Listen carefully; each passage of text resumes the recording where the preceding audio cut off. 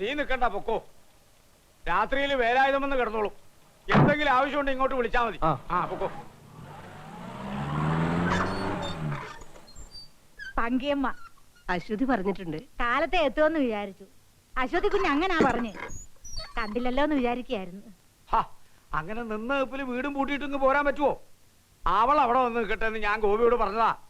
ഭർത്താവിന്റെ വീട്ടിൽ കുറച്ചു ദിവസം നിന്നു വെച്ചാൽ തലയൊന്നും പോവില്ല. ഒന്നും മിണ്ടാതിരിക്കൂ. അശ്വതി എന്തിയെ? അങ്ങേ വീട്ടിലുണ്ട്, ഞാൻ വിളിക്കാം. ശരി. അശ്വതിയേ, അശ്വതി, ഗോപി കുഞ്ഞിന്റെ അച്ഛനും അമ്മയും വന്നു.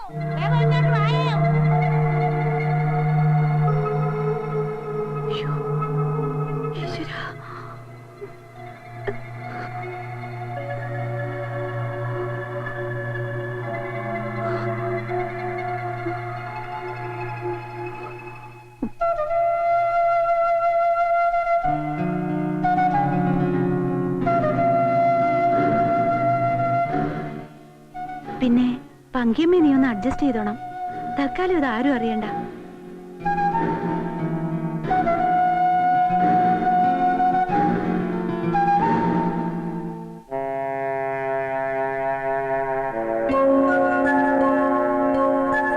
അല്ല, ആരാ ഇത്? ഈ മുത്തശ്ശി അറിയോ ചക്കരക്കുട്ടനെ? രേവതിയില്ലേ അവിടെ? ഉണ്ട്. കാലത്ത് പുറപ്പെടണമെന്ന് കരുതിയതാ. ഓരോന്ന് ചെയ്തു തീർക്കാതെ ഇറങ്ങാൻ പറ്റുമോ? അച്ഛനാണെങ്കിൽ 100 കൂട്ടം കാര്യങ്ങളുണ്ട് അവിടെ.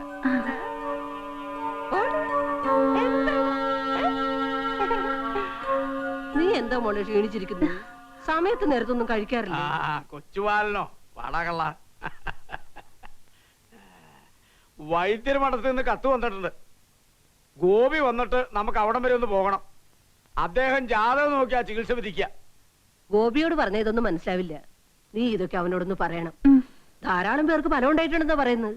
സാവിത്രി, കുടിക്കാനുള്ള വെള്ളം കൊടുത്തോളൂ. മോളെ, ബുധന്റെ തുടക്കത്തില് നിനക്ക് സന്താനയോഗമുള്ളൂന്ന് അദ്ദേഹം പറയണത്. അതിന് വലിയ താമസമൊന്നുമില്ല മോനെ. അയ്യോ, അപ്പുറത്തുണ്ടേ കൊടുത്തിട്ട് വരാം. ഇപ്പൊ കരയാൻ തുടങ്ങും.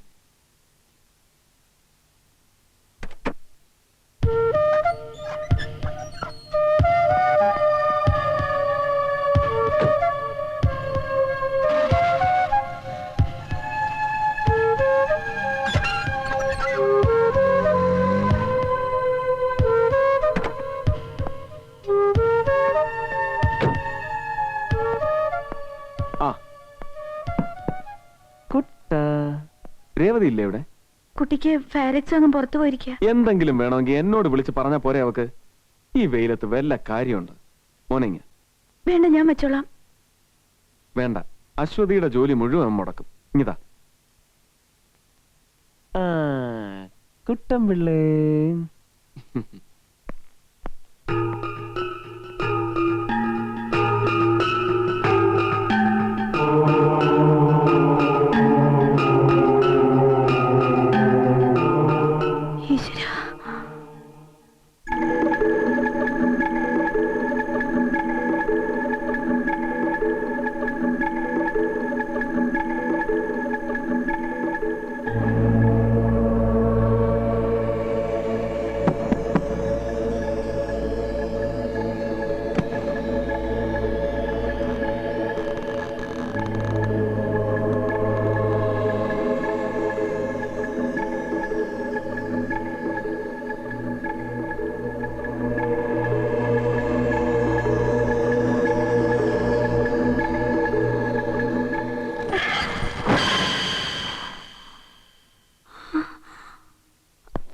Welcome Mrs Revathi Balachandran.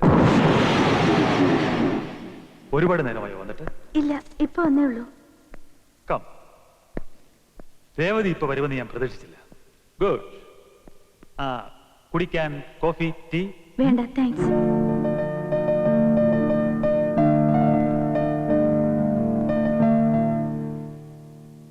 ഇരിക്കൂ.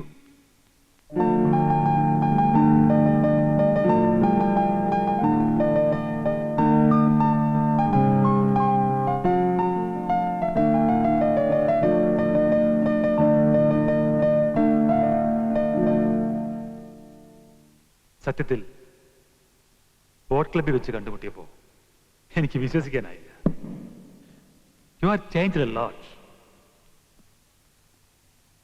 Really changed a lot. വേഷത്തിനും ഭാവത്തിലും ഒക്കെ ഒരു മാറ്റം.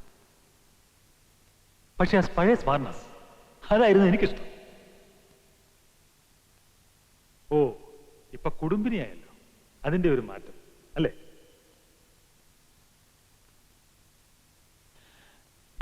എങ്ങനെയുണ്ട് എന്റെ ബംഗ്ലാവ്?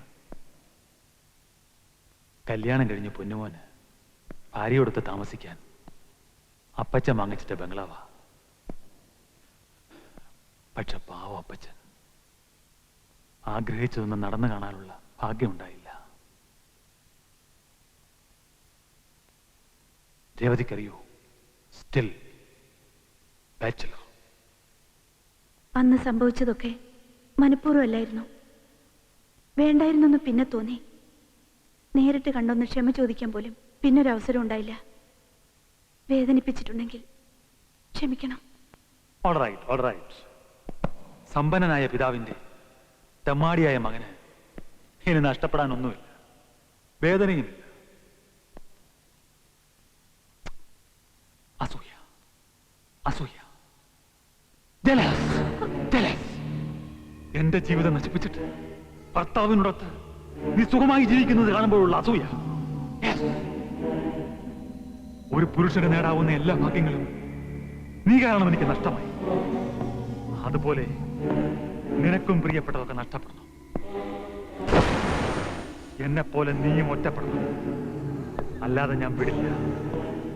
എല്ലാ അർത്ഥത്തിലും നീ എനിക്ക് വിധേയായിട്ടുണ്ടെന്ന് നിന്റെ ഭർത്താവിനെ ബോധ്യപ്പെടുത്താൻ എനിക്ക് ആ ചിത്രങ്ങൾ വേണം.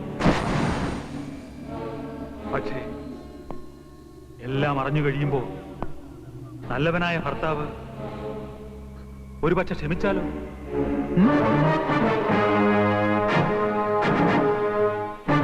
അതുപോലെ എനിക്ക് ഒരു സ്ത്രീ ഒരിക്കലും നഷ്ടപ്പെടുത്താൻ ആഗ്രഹിക്കാത്തത് നിനക്ക് നഷ്ടപ്പെടണം. അത് നിന്റെ ഭർത്താവ് അറിയണം.